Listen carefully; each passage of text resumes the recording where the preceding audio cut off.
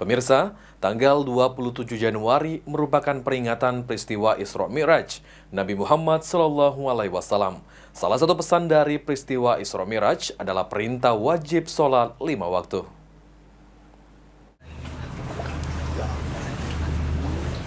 Tanggal 20 Januari 2025 bertepatan dengan peringatan hari libur peringatan Isra Mi'raj. Momen ini merupakan salah satu peristiwa penting dalam sejarah Islam yang memperingati perjalanan spiritual Nabi Muhammad SAW dalam menerima perintah sholat dari Allah. Salah satu ulama, Habib Ali Karror Al-Haddad mengatakan, terdapat beberapa makna dari Isra Mi'raj, perintah sholat yang diterima Nabi Muhammad SAW. Untuk itu, agar menjadi hamba yang dicintai oleh Allah, masyarakat harus senantiasa menjaga sholat 5 waktu.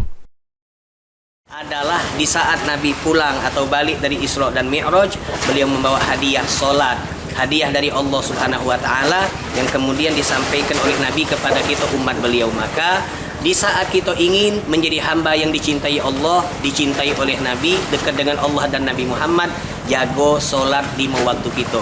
Nakal boleh, tapi jangan tidak sholat.